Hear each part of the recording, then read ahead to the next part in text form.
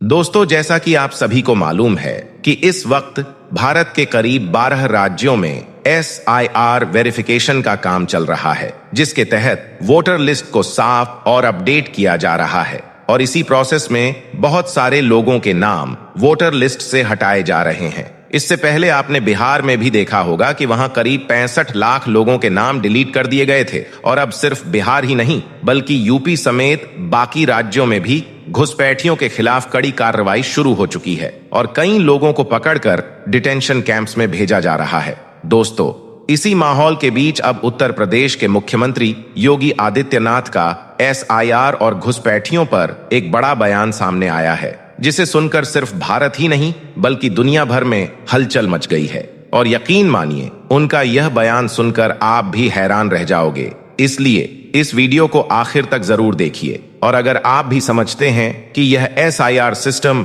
मुसलमानों के खिलाफ इस्तेमाल किया जा रहा है, तो इस वीडियो को दिल से लाइक और शेयर जरूर कर दें। क्योंकि दोस्तों, जैसा कि आप जानते हैं कि योगी आदित्यनाथ कई बार मुसलमानों को लेकर विवादित बयान दे चुके हैं और अब एक बार फिर उन्होंने SIR और मुसलमानों को लेकर ऐसा बयान दे दिया है, जिसके बाद सोशल मीडिया और न्यूज चैनलों पर बड़ी चर्चा शुरू हो चुकी है। तो आखिर उन्होंने क्या कहा और क्या इसके पीछे कोई बड़ा प्लान छुपा है? इसी की हकीकत आज की इस वीडियो में हम आपको बताने वाले हैं। इसलिए वीडियो को बिना स्किप किए आखिर तक जरूर देखें। दोस्तों, इस वक्त उत्तर प्रदेश समेत भारत के 12 राज्यों में हालिया वोटर लिस्ट को फ्रीज कर दिया गया है।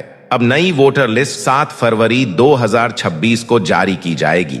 अब इस नई वोटर लिस्ट में किसका नाम जुड़ेगा और किसका नाम कटेगा, इसके लिए इस वक्त भारत के 12 राज्यों में SIR वेरिफिकेशन का काम चल रहा है। हालांकि इसे लेकर चुनाव आयोग का कहना है कि यह SIR इसलिए करवाया जा रहा है ताकि इसके जरिए से वोटर लिस्ट को साफ सुथरा बनाया जा सके, क्योंकि हालिया वोटर लिस्ट में बहुत सारे नाम ऐसे जुड़े हुए हैं जो इस दुनिया से जा चुके हैं, यानी कि जिनका इंतकाल हो चुका है। इसके अलावा बहुत से लोगों के नाम 2 जगहों पर भी जुड़े हुए हैं, एक शहर में और एक गांव में। और यही नहीं, इसके साथ ही बहुत सारे लोग ऐसे भी हैं जो गलत तरीके से भारत में घुस आए हैं और फिर यहां पर आकर उन्होंने गलत तरीके से अपना आधार कार्ड बनवा लिया और फिर वोटर लिस्ट में अपना नाम जुड़वा लिया। बस इन्हीं सब बातों को लेकर चुनाव आयोग का कहना है कि अब इन तमाम नामों को सही करने के लिए और वोटर लिस्ट को साफ सुथरा करने के लिए यह SIR वेरिफिकेशन का काम करवाया जा रहा है,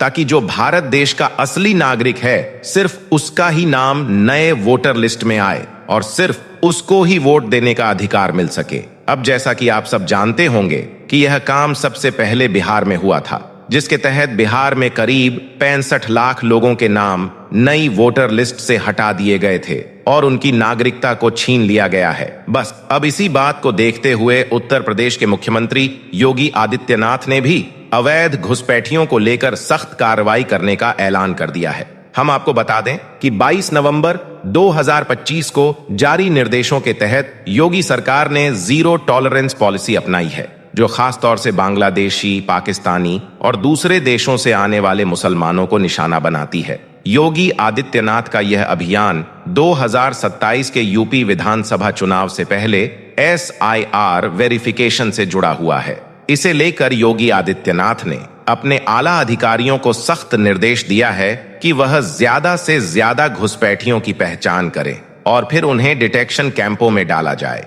इसे लेकर योगी आदित्यनाथ ने अपने सभी जिला अधिकारियों को सख्त निर्देश दिया है, यानी कि अपने सभी 75 जिलों के DM को सख्त आदेश दिया है कि वह अवैध घुसपैठियों की तत्काल पहचान करें और इसके बाद उन पर सख्त कानूनी कार्रवाई भी की जाए। इसके लिए योगी सरकार ने उत्तर प्रदेश के हर जिले में टेम्परेरी डिटेक्शन कैंप बनाने के आदेश भी जारी किए हैं, जिनमें इन घुसपैठियों को रखा जाएगा। और यही नहीं, इसके साथ ही योगी आदित्यनाथ ने अपने आला अधिकारियों को यह भी सख्त निर्देश दिया है कि इसके बाद ऐसे लोगों की संपत्तियों को जब्त किया जाए और फिर उनकी इस संपत्ति को गरीबों के कल्याण में इस्तेमाल किया जाए और साथ ही ऐसे अपराधियों को ऐसी सजा दी जाए जो समाज के लिए एक मिसाल बन सके।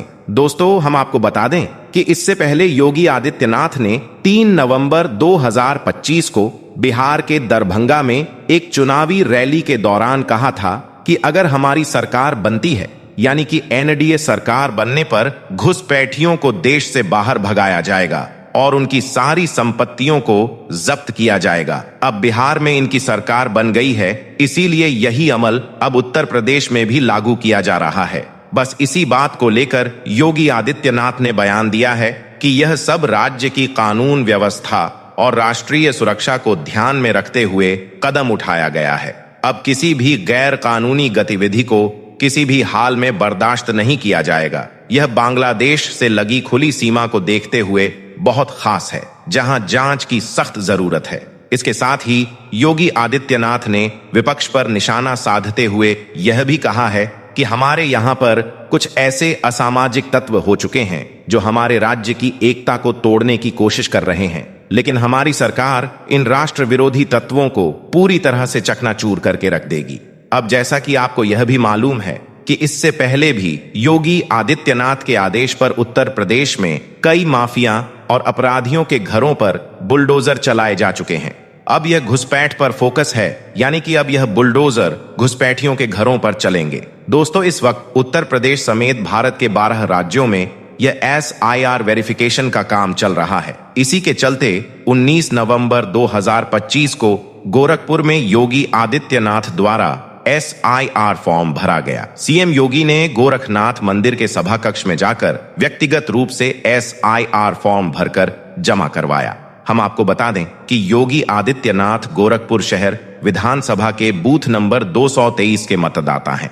इस मौके पर उत्तर प्रदेश के मुख्यमंत्री योगी आदित्यनाथ ने बयान दिया है कि हमारी यह प्रक्रिया लोकतंत्र को मजबूत करने का काम करेगी और साथ ही फर्जी वोटरों को हटाने और सच्चे मतदाताओं को सशक्त बनाने में मदद करेगी। हालांकि विपक्ष ने इस बयान को लेकर कई तरह के सवाल उठाए हैं, जिस पर योगी आदित्यनाथ ने कहा है कि यह हर नागरिक का दायित्व है कि वह मतदाता सूची को अपडेट रखें ताकि हमारा लोकतंत्र मजबूत बन सके। और यही नहीं, इसके साथ ही केंद्रीय मंत्री अमित शाह ने भी SIR को मतदाता शुद्ध का शुद्धिकरण कहा है, जो घुसपैठियों के खिलाफ है, यानी कि जो घुसपैठियों को चुन चुनकर वापस भेजने का काम करेगी। दोस्तों, अब सवाल यह उठता है कि इस SIR से मुसलमान क्यों डरे हुए हैं? खास करके यूपी, बिहार, राजस्थान और बंगाल जैसे राज्यों में मुसलमान समुदाय में हड़कंप क्यों मचा हुआ है? तो इस हवाले से हम आपको बता दें कि इस SIR के तहत खास करके मुसलमानों को टारगेट किया जा रहा है, क्योंकि अगर किसी मुसलमान के पास पूरे डॉक्यूमेंट्स नहीं हैं तो उनको डिटेंशन कैंपों में डाला जा रहा है, और अगर किसी गैर मुसलमान के पास में डॉक्यूमेंट्स नहीं है तो उन्हें नागरिकता देने का प्रावधान है। इसी वजह से इससे मुसलमान डरे हुए हैं। अब आप बिहार में ही देख लीजिए, बिहार में 65 लाख नाम हटे हैं, जिनमें ज्यादातर मुस्लिम बहुल इलाकों से कटे हैं। इसी को देखते हुए अखिलेश यादव ने कहा है कि मुस्लिम इलाकों से 1.5 या 2 करोड़ नाम कट सकते हैं, क्योंकि ऐसे इलाकों में BLO कैंप पहुंच रहे हैं। इसी डर की वजह से इस वक्त बंगाल में मुस्लिम बहुल इलाकों में और खास करके मुर्शिदाबाद, मालदा, दिनाजपुर जैसे इलाकों में जन्म प्रमाण पत्र बनवाने की होड़ मच गई है। मुसलमान डर रहे हैं कि कहीं वह SIR वेरिफिकेशन नहीं करवा पाए तो उन्हें डिटेंशन कैंपों में डाल दिया जाएगा और फिर उनकी नागरिकता को खत्म कर दिया जाएगा। तो ऐसे लोगों को हम बता दें कि अगर आपका नाम नई वोटर लिस्ट में नहीं आया तब भी आपको घबराने की कोई जरूरत नहीं है, क्योंकि इसके बाद भी आपको पूरा मौका दिया जाएगा अपनी नागरिकता को साबित करने का। ऐसा बिल्कुल भी नहीं होगा कि जो लोग अपने दस्तावेज नहीं दिखा पाए तो उनको फौरन ही इस देश से बाहर निकाल दिया जाएगा। याद रखें, ऐसे लोगों को अगर एजेंसियां विदेशी नागरिक साबित कर भी देती हैं तो फिर भी ऐसे लोगों को फौरन ही भारत से बाहर नहीं निकाला जाएगा। ऐसा तभी पॉसिबल होगा जब उस शख्स की नागरिकता किसी दूसरे देश से साबित हो जाए और वह देश उसे लेने के लिए तैयार भी हो जाए। जब तक ऐसा नहीं होगा तब तक उसे डिटेक्शन कैंपों में रखा जाएगा। दोस्तों, यह तो थी SIR वेरिफिकेशन वोटर लिस्ट और घुसपैठियों से जुड़ी पूरी हकीकत। अब सवाल यह है कि क्या इस पूरे सिस्टम के पीछे सिर्फ सिक्योरिटी है या फिर आने वाले वक्त की कोई बड़ी सियासी चाल? आप इस बारे में क्या सोचते हैं? कमेंट बॉक्स में आप अपनी राय जरूर दीजिएगा। दोस्तों, बिहार चुनाव के बाद चुनाव आयोग ने अब भारत के 12 राज्यों में SIR करवाने का काम शुरू कर दिया है। यानी कि इन 12 राज्यों में हालिया वोटर लिस्ट को फ्रीज कर दिया गया है। अब नई वोटर लिस्ट 7 फरवरी 2026 को जारी की जाएगी। 7 फरवरी 2026 को जो नई वोटर लिस्ट जारी होगी, उसमें अगर आप अपना नाम देखना चाहते हो तो इसके लिए पहले आपको अपनी नागरिकता साबित करनी होगी। बस इसी बात को देखते हुए आज भारत के सारे मुसलमान डर रहे हैं और परेशान हो रहे हैं और सोच रहे हैं कि अब वह अपनी नागरिकता को कैसे साबित करेंगे और उन्हें नई वोटर लिस्ट में अपना नाम शामिल करवाने के लिए कौन कौन से दस्तावेज देने होंगे। और साथ ही मुसलमानों को इस बात का डर भी सता रहा है कि अगर उनका नाम नई वोटर लिस्ट में नहीं आया तो क्या उन्हें इस देश का नागरिक नहीं माना जाएगा, क्या उनको इस देश से बाहर निकाल दिया जाएगा। आज हम आपको इन सारे सवालों के जवाब देने वाले हैं और साथ ही आपको एक ऐसे दस्तावेज के बारे में भी बताने वाले हैं जिसको अगर आप बना लेते हो तो आप आसानी से अपनी नागरिकता को साबित कर दोगे। यानी कि आपको भारत की नागरिकता साबित करने में किसी भी तरह की कोई परेशानी नहीं होने वाली है। इसलिए आज का यह वीडियो आप सभी के लिए बहुत खास है और खास करके अगर आप एक मुसलमान हैं तो आप इस वीडियो को आखिर तक जरूर देखें, क्योंकि इस वीडियो में बताई गई एक एक चीज आपके काम आने वाली है। इसलिए वीडियो को शेयर भी कर दें ताकि और भी मुसलमानों के पास में यह वीडियो पहुंच जाए। तो चलिए दोस्तों शुरू करते हैं। दोस्तों, जैसा कि आप सभी को मालूम होगा कि इस वक्त भारत के 12 राज्यों में चुनाव आयोग द्वारा SIR करवाया जा रहा है। चुनाव आयोग का कहना है कि यह SIR इसलिए करवाया जा रहा है ताकि इसके जरिए से वोटर्स को साफ सुथरा बनाया जा सके। इसके साथ ही चुनाव आयोग का यह भी कहना है कि इस वोटर लिस्ट में बहुत सारे नाम ऐसे भी जुड़े हुए हैं जो इस दुनिया से जा चुके हैं और बहुत सारे नाम ऐसे भी हैं जो वोटर लिस्ट में 2 जगहों पर भी जुड़े हुए हैं, एक जगह गांव में और एक जगह शहर में जुड़े हुए हैं। इसके अलावा बहुत सारे लोग ऐसे भी हैं जो गलत तरीके से भारत में घुस आए हैं, यानी कि बहुत सारी घुसपैठिए भी ऐसे हैं जिनके नाम भी वोटर लिस्ट में जुड़ चुके हैं। अब इन तमाम नामों को सही करने के लिए और वोटर लिस्ट को सही करने के लिए यह SIR करवाया जा रहा है ताकि जो देश का असली नागरिक है सिर्फ उसका ही नाम वोटर लिस्ट में आए और सिर्फ उसको वोट देने का अधिकार हो सके। बस इसी बात को देखते हुए अब मुसलमानों को इस बात का डर सता रहा है कि नई वोटर लिस्ट में अपना नाम शामिल करवाने के लिए हमें कौन कौन से दस्तावेज देने पड़ेंगे और साथ ही इस बात का भी डर सता रहा है कि अगर हमारा नाम वोटर लिस्ट में नहीं आया तो क्या फिर हमें इस देश का नागरिक नहीं माना जाएगा या फिर हमें इस देश से बाहर निकाल दिया जाएगा। यह तमाम सवाल इस वक्त मुसलमानों के दिलों में उठ रहे हैं। दोस्तों, इसे लेकर सबसे पहले तो हम आपको यह बता दें कि अगर आपके माँ बाप का नाम या फिर आपके घर के किसी भी सदस्य का नाम 2003 की वोटर लिस्ट में शामिल था तो फिर आपको डरने और घबराने की बिल्कुल भी जरूरत नहीं है। दरअसल आखिरी बार जो SIR करवाया गया था वह 2003 से लेकर 2004 के बीच में हुआ था। तब से लेकर अब तक हमारे देश भारत में SIR नहीं हुआ है। तो अब जिन लोगों का नाम 2003 की वोटर लिस्ट में शामिल था तो उनको घबराने की बिल्कुल भी जरूरत नहीं है। उनको इस देश का पक्का नागरिक माना जाएगा, यानी कि ऐसे लोगों को किसी भी तरह के कोई दस्तावेज दिखाने की जरूरत नहीं होगी। दोस्तों, अब बात आती है कि जिन लोगों का जन्म 1 जुलाई 1987 से 2004 के बीच में हुआ है, ऐसे लोगों को कौन कौन से दस्तावेज देने होंगे। तो इस हवाले से हम आपको बता दें कि अगर आपके माता पिता में से कोई एक भी भारत का नागरिक है तो आपको अपनी नागरिकता साबित करने के लिए उनके कौन कौन से दस्तावेज देने होंगे। तो याद रखें, इसके लिए आप उनका वोटर ID कार्ड या फिर उनके पासपोर्ट को भी यहाँ पर लगा सकते हो। अगर उनके पास में जन्म प्रमाण पत्र है तो आप यहाँ पर उसको भी लगा सकते हो। अब आप सोच रहे होंगे कि इसके साथ में हमें अपने कौन कौन से दस्तावेज लगाने होंगे। तो इसके लिए याद रखें कि अगर आपने स्कूल में पढ़ाई की है तो आप अपनी मार्कशीट को लगा सकते हो। अगर आपके पास में जन्म प्रमाण पत्र है तो आप उसे भी लगा सकते हो या फिर इन 11 दस्तावेजों में से किसी एक को भी लगा सकते हो। इससे भी आपकी नागरिकता साबित हो जाएगी। मतलब कि आप अपने आधार कार्ड को छोड़कर, पैन कार्ड और राशन कार्ड को छोड़कर, आप अपने पुराने वोटर कार्ड को छोड़कर आप अपने किसी भी दस्तावेज को लगा सकते हो। इससे आपकी नागरिकता साबित हो जाएगी। यानी कि अगर आप इनमें 11 से किसी एक भी दस्तावेज को बनाकर रख लेते हो तो फिर आपको किसी भी तरह की कोई परेशानी नहीं होने वाली है और ना ही आपको फिर कोई अधिकारी परेशान करने वाला है। अब आप सोच रहे होंगे कि यह 11 दस्तावेज कौन कौन से हैं जिनसे आप अपनी नागरिकता आसानी से साबित कर पाओगे। इनके बारे में हर मुसलमान को मालूम होना बहुत जरूरी है। साथ ही इनमें से 3-4 दस्तावेज तो ऐसे भी हैं जिनसे आप अपनी भारत की नागरिकता को साबित नहीं कर पाओगे, क्योंकि बहुत सारे मुसलमान तो इन्हीं 3-4 दस्तावेजों को लेकर यह समझ रहे हैं कि हमारे पास में तो यह दस्तावेज हैं, इसलिए हमारी नागरिकता तो आसानी से साबित हो जाएगी। मगर याद रखें, नागरिकता साबित करने में आपके यह 3-4 दस्तावेज बिल्कुल भी काम नहीं आने वाले हैं, क्योंकि यह दस्तावेज सिर्फ आपकी पहचान के लिए हैं। इससे आप भारत की नागरिकता को साबित नहीं कर पाओगे। इस बारे में भी आप सबको मालूम होना बहुत जरूरी है।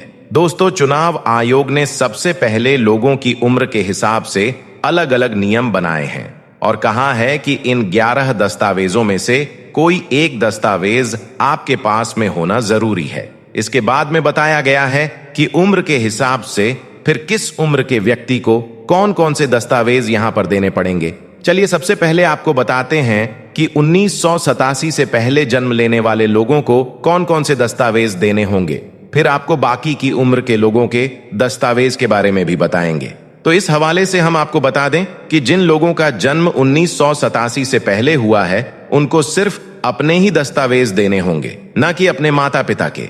तो अब बात आती है कि ऐसे लोगों को अपने कौन कौन से दस्तावेज देने होंगे। दोस्तों याद रखें, इनमें जो सबसे मुख्य दस्तावेज है वह है आपका जन्म प्रमाण पत्र। अगर आपने यह पहले से बनाकर रखा है तो फिर आप सिर्फ इस एक दस्तावेज से आसानी से अपनी नागरिकता को साबित कर पाओगे, यानी कि इसके बाद में आपको किसी और दस्तावेज को देने की जरूरत नहीं होगी। अब अगर आप इस एक दस्तावेज को नहीं दे पाते हो या फिर आपके पास में जन्म प्रमाण पत्र ना हो तो फिर भी आपको घबराने की जरूरत नहीं है। अब आपको जो दस्तावेज देने हैं वह है आपका वोटर आईडी कार्ड, आपकी हाई स्कूल की मार्कशीट जिसमें आपकी डेट ऑफ बर्थ लिखी हो, जिससे यह पता चल जाएगा कि आपका जन्म भारत में ही हुआ है और आप भारत के ही निवासी हैं। इनसे भी आप अपनी नागरिकता को आसानी से साबित कर पाओगे। दोस्तों, अब बात आती है उन लोगों की जिनका जन्म 2004 के बाद में हुआ है। तो याद रखें, ऐसे लोगों को अपने दस्तावेज के साथ साथ अपने माता पिता के दस्तावेज को भी साबित करना होगा। इनमें किसी एक का भारत का नागरिक होना जरूरी होगा, तभी वह अपनी भारत की नागरिकता को साबित कर पाएगा। दोस्तों, अब बहुत सारे मुस्लिम ऐसे भी हैं जो इस बात को लेकर परेशान हो रहे हैं कि उनके पास में तो इनमें से कोई एक भी दस्तावेज नहीं है। तो ऐसे लोगों को हम बता दें कि अगर आपके पास में जाति प्रमाण पत्र है तो आप इससे भी अपनी भारत की नागरिकता को साबित कर पाओगे। अगर आपके पास में यह भी नहीं है तो फिर आप अपने मूल निवास प्रमाण पत्र को भी लगा सकते हो। अब देखिए, बहुत सारे मुस्लिम आधार कार्ड को लेकर कह रहे हैं कि उनके पास में तो आधार कार्ड है, पैन कार्ड है, राशन कार्ड है, लाइसेंस है, वह उनसे अपने भारत की नागरिकता को साबित कर देंगे। तो इस हवाले से हम आपको बता दें कि यह सिर्फ आपकी पहचान के लिए है। इनमें से आप अपनी नागरिकता को साबित नहीं कर पाओगे। अब आपको यह भी बता दें कि जिन लोगों का नाम 2003 की वोटर लिस्ट में नहीं था, यानी कि जो 2003 के बाद भारत देश का मतदाता बना, उनको भी घबराने की जरूरत नहीं है। अगर आपके माँ बाप का नाम 2003 की वोट लिस्ट में शामिल था तो फिर आपको भी उसी आधार पर इस देश का नागरिक मान लिया जाएगा। अब दोस्तों, बहुत सारे लोगों को इस बात का डर भी सता रहा है कि अगर उनका नाम नई वोट लिस्ट में नहीं आया तो फिर उनका क्या होगा। तो इस हवाले से हम आपको बता दें कि ऐसे लोगों को भी पूरा मौका दिया जाएगा। ऐसा बिल्कुल भी नहीं है कि जो लोग अपने दस्तावेज को नहीं दिखा पाए तो उनको फौरन ही इस देश से बाहर निकाल दिया जाएगा। ऐसे लोगों को भी पूरा मौका दिया जाएगा अपनी नागरिकता को साबित करने का। अब अगर किसी शख्स के दस्तावेज अधूरे हैं या फिर उसकी नागरिकता पर कोई शक है तो यह मामला सीधे पुलिस कार्यवाही का नहीं बनता है। ऐसे शख्स को अगर एजेंसियां विदेशी नागरिक साबित भी कर देती हैं तो फिर भी ऐसे लोगों को फौरन देश से बाहर नहीं निकाला जाएगा। ऐसा तभी पॉसिबल होगा जब उस शख्स की नागरिकता किसी दूसरे देश से साबित हो जाए और वह देश उसे लेने के लिए तैयार भी हो जाए। जब तक ऐसा नहीं होगा तब तक उसे डिटेंशन कैंप में रखा जाएगा, यानी कि इसमें भी मानवाधिकार का पूरा पूरा ख्याल रखा जाएगा। तो दोस्तों, अब तो आप समझ गए होंगे कि जो इस देश का सच्चा नागरिक है उसे इस वक्त डरने और घबराने की कोई जरूरत नहीं है। उसकी आसानी से नागरिकता साबित हो जाएगी। दोस्तों, जिस पहाड़ पर कभी हजरत ईसा अलैहिस्सलाम ने अपने रब से दुआ की थी और जहां से उन्हें आसमान की तरफ उठाया गया था, उसी मुकद्दस पहाड़ के अंदर अब कुछ हलचल महसूस की जा रही है। जी हां, हम बात कर रहे हैं जैतून के पहाड़ यानी माउंट ऑफ ऑलिव्स की।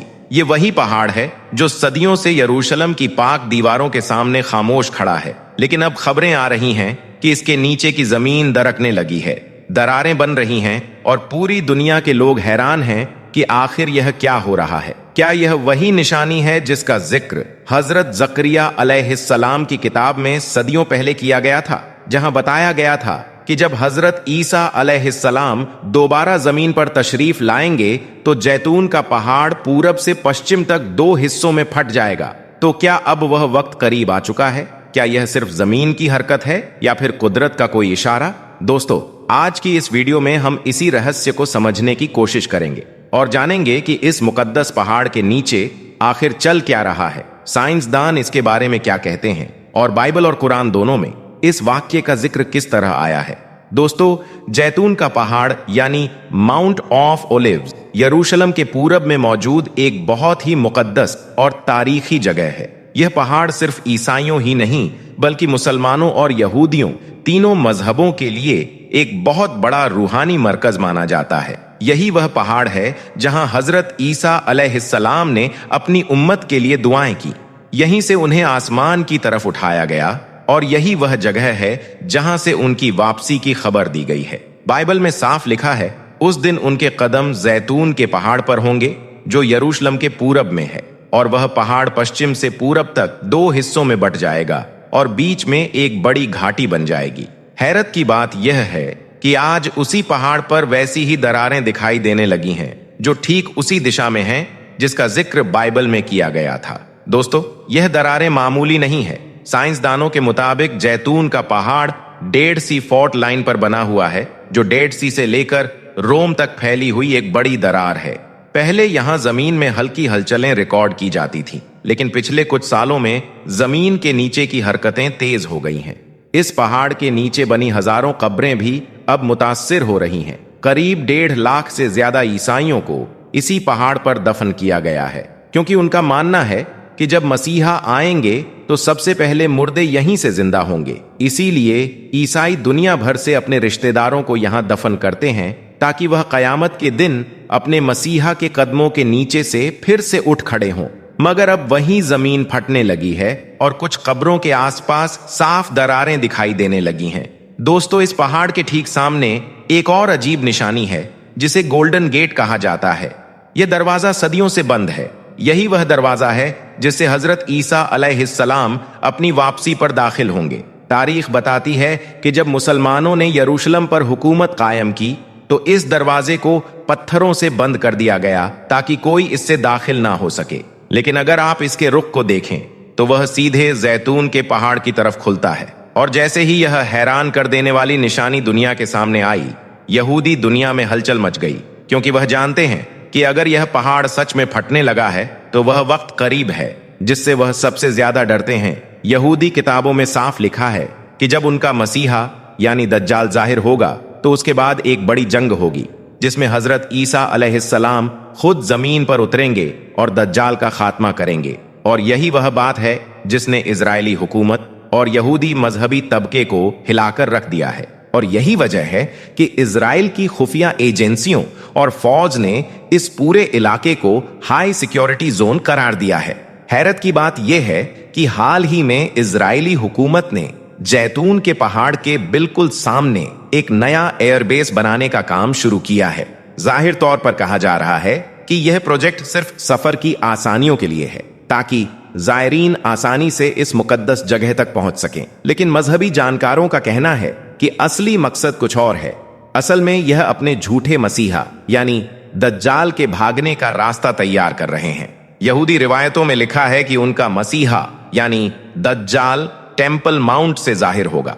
वही जगह जो जैतून के पहाड़ के ठीक सामने है। और जब हजरत ईसा अलैहिस्सलाम वहां तशरीफ लाएंगे तो यही वह जगह होगी जहां दोनों के बीच आखिरी जंग होगी। रिवायतों में आता है कि दज्जाल उस वक्त शाम यानी सीरिया के इलाके की तरफ भागेगा, लेकिन हजरत ईसा अलैहिस्सलाम वहां पहुंचकर उसे लुद्द नामी जगह पर खत्म करेंगे। दोस्तों, हैरानी की बात यह है कि आज इजराइल बेन गुरियन एयरपोर्ट वहीं बना रहा है, यानी उसी लुद्द के करीब जहां यह आखिरी जंग होनी बताई गई है। अब सवाल यह है, क्या यह सब सिर्फ एक इत्तेफाक है या फिर किसी प्लान के तहत सब कुछ किया जा रहा है? दोस्तों, इस वक्त इजराइल के कई यहूदी रब्बी अपने खुतबों में अपने मानने वालों से कह रहे हैं कि जमीन में हो रही यह तब्दीलियां आसमान की निशानियां हैं। कुछ का कहना है कि मसीह का जमाना आ चुका है, हमें तैयार रहना चाहिए। जबकि कुछ रब्बी यह भी कह रहे हैं कि अगर यह पहाड़ सच में फट गया तो यह हमारे अंजाम की निशानी है। इसी डर की वजह से इजराइल ने न सिर्फ एयरपोर्ट बल्कि जैतून के पहाड़ के चारों तरफ सुरंगें बनानी भी शुरू कर दी हैं। इजरायली मीडिया ने इस प्रोजेक्ट को नाम दिया है शील्ड ऑफ मेसी। कुछ रिपोर्ट्स के मुताबिक इस एयरपोर्ट के रनवे को इस तरह डिजाइन किया जा रहा है कि अगर जमीन के नीचे कोई झटका या दरार भी आए तो भी फ्लाइट्स पर असर ना पड़े। यहां तक कि एयरपोर्ट के नीचे एंटी सिस्मिक फाउंडेशन डाली जा रही है ताकि अगर जमीन हिले भी तो जहाज बचा रहे। एक इजरायली रब्बी ने अपनी मौत से कुछ समय पहले कहा था, जब जैतून का पहाड़ हिलने लगेगा तो समझ लेना कि दुनिया अपने आखिरी फैसले के करीब है, क्योंकि जिसे तुम मसीहा समझ रहे हो वही तुम्हारी तबाही की वजह बनेगा। और आज यह अल्फाज सच होते दिख रहे हैं। आज इजराइल के बहुत से लोग इस पहाड़ के पास जाने से भी डर रहे हैं। बाहर से इजराइल की हुकूमत शांत दिखती है, लेकिन अंदर की रिपोर्ट्स बताती हैं कि फौज ने इमरजेंसी प्लानिंग कर ली है। जैतून के पहाड़ के चारों तरफ फौजी चौकियां बनाई जा रही हैं। कई इलाकों में लोगों की एंट्री बंद कर दी गई है और विदेशी मीडिया को भी कई जगहों पर जाने से रोक दिया गया है। दोस्तों, यह वही मंजर है जिसका जिक्र आखिरी जमाने की निशानियों में किया गया था। जब जमीन के नीचे से राज खुलने लगेंगे, जब बड़ी ताकतें डर के मारे अपने मंसूबे बनाने लगेंगी और जब वह सोचेंगी कि वह अपने अंजाम से बच सकती हैं, लेकिन सच्चाई यह है कि कुदरत के फैसले से कोई नहीं बच सकता।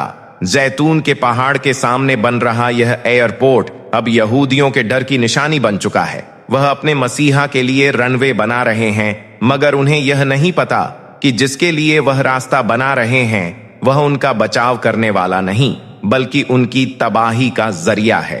दज्जाल भाग तो सकता है मगर छुप नहीं सकता, क्योंकि जब हजरत ईसा अलैहिस्सलाम आएंगे तो जमीन खुद उसके लिए रास्ते बंद कर देगी। दोस्तों, ये सारी निशानियां, ये दरारें, ये डर में लिपटा इजराइल सब एक ही बात कह रहे हैं कि वक्त बहुत करीब है। क्या जैतून के पहाड़ की यह दरारें सिर्फ जमीन की हलचल हैं, या फिर यह अल्लाह की वह निशानी है जिसके बाद दुनिया का बड़ा वादा पूरा होने वाला है? दोस्तों, यह सब कुछ देखकर अब एक बात तो साफ समझ आती है कि दुनिया अपने आखिरी पड़ाव की तरफ बढ़ रही है। वो निशानियां जो सदियों पहले बयान की गई थीं, अब एक एक करके जाहिर होती जा रही हैं। पहाड़ों का फटना, जमीन का हिलना, लोगों में डर और फितना, यह सब आने वाले वक्त का इशारा है।